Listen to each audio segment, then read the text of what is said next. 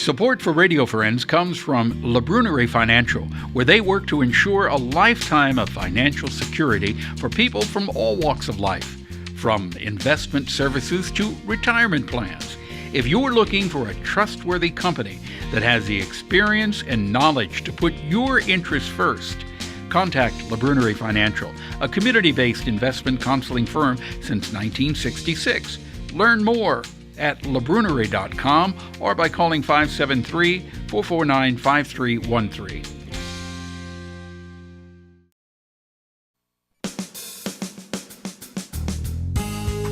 Good morning and welcome to Radio Friends on Monday, May the 7th. Always a pleasure to have you with us. I've got Nanette Ward here. Good to have you, Nanette. Thank you, Paul. Good to be here as We always. were talking right before we went on. Of course, Nanette is with Central Missouri Stop Human Trafficking Coalition, and this is actually the 10th year. Yes, we were formed in 2008 in April, so we've been around for 10 years in the Missouri area. Let's go back 10 years. How did this coalition come into being? It started, we appreciate giving recognition to the MU student organization that doesn't exist now, but it existed back then, called Stop Traffic.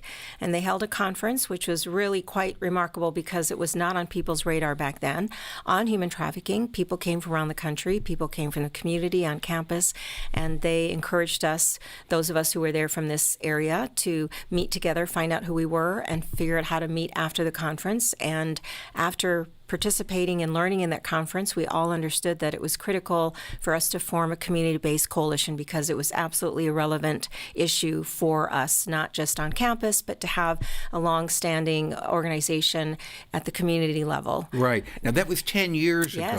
How many organizations like this are there around the country? Can't even count because we don't have an organized umbrella under which these So they're all individual. Yes, and so that's one of the efforts that's being made at a state level. We now have the Human Trafficking Task Force out of the U.S. the Attorney General's office.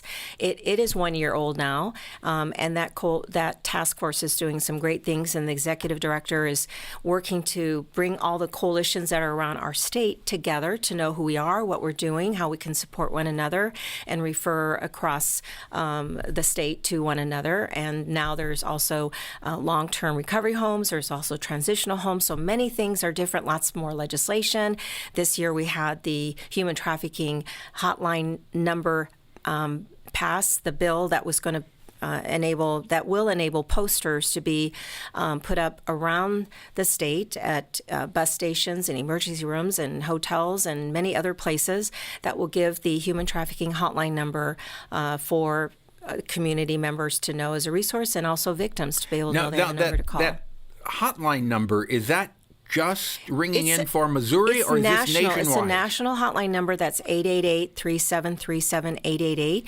But now with the Missouri Attorney General's Human Trafficking Task Force, it has a toll-free tip line, which is not a number easy to remember, but it's 844, 487 0492. And there are two investigators dedicated to human trafficking investigations solely here in Missouri. So we things are very different than they were 10 years ago in terms of the awareness and education. But 10 years and running, there's still a need for that education. Yeah. Do you have any information of how many people you have actually helped and intervened with over the 10 years? I don't. There's been so many in terms of education as well, the reach that we've had to groups and students, just hundreds. But I can say, in the first few years, there might have been 3 to 5 individuals that we were assisting and helping with. And that could involve some pretty intensive support. We have known some survivors now for 4, 5, 6, 7, even 8 years. Yeah. And some who just come our way and then we help them get to where they're going. Now there's 20 to 30 women at any given time that we are in communication with, providing direct service to, or helping move from one place to another, that have been referred to us from a hospital or domestic violence shelter, or a school. So that's significant. You know what I think some people may not realize is the fact that Columbia, Missouri is right on the line there with the interstate for a hotbed of human trafficking. As we speak, we have our children in our schools that are being trafficked by a family member or a boyfriend, or what we would call a pimp or a trafficker. We have the truck stops in the area where there are victims who are being trafficked at a truck stop as they're passing through by their pimp, their trafficker. So we're almost out of time, but give some of the warning signs that people can look for. So that's always so hard because there's labor trafficking and sex trafficking. So what I want to encourage people to do is to ask for a presentation, to get a training, to get an in-service, to whether you're a church group or professional group. We do those for free and have been doing those for free for 10 years. And we want to encourage people to call us at 866-590-5959. Okay, Yes. Give it slower. 866-590-5959. Okay. Find us on the web, find us on Facebook, but request a presentation.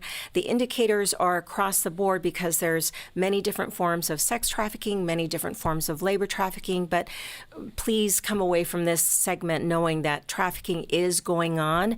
There are victims who are children and adults, U.S. citizens right here in Columbia, as well as foreign-born individuals, going on as we speak in homes, in residential brothels, at restaurants, at truck stops, on the streets. There's intersections with domestic violence and drug use, sexual abuse in the home. So we just need to be educated. You paint a pretty bleak picture, Nanette, well, and it's hard for many of us to actually visualize that and realize that it's happening in our community. So what we need to understand is that we are part of it. So anybody who's buying sex, which we know that as long as there are men in any community, there are men who are buying sex, to stop buying sex, to know that they're victims, that they're not willing individuals in that industry to stop engaging in pornography. Pornography is also a gateway to victims in trafficking, and they're victims within the porn industry. So understanding as the average so-called community member that there are victims within all these commercial sex industries, such as escort business, massage parlors, and all of that. Give the telephone number one more time. It is 866-590-5959. They can join us the first Thursday of every month to a community meeting to connect and understand at Parkade Center in the boardroom downstairs, the first Thursday coming up in June at 6 o'clock. Just reach out and ask for more information, and we'd be happy to provide that. All right. Nanette Ward, thank you so much for coming by. You really are a fountain of information, and congratulations on 10 years. I wish you continued success because you're doing a very good job in our community. Thank you. We'd love to have volunteers come alongside us. All right. Thank you for coming by. Thank you, Paul. Tomorrow, Nanette, we're going to talk about diet and nutrition and the postal food drive, which is just around the corner. If there's something you'd like to hear or see, I'd love to hear from you. Drop me an email. That's pepperp@missouri.edu, and have yourself a nice morning. Bye-bye.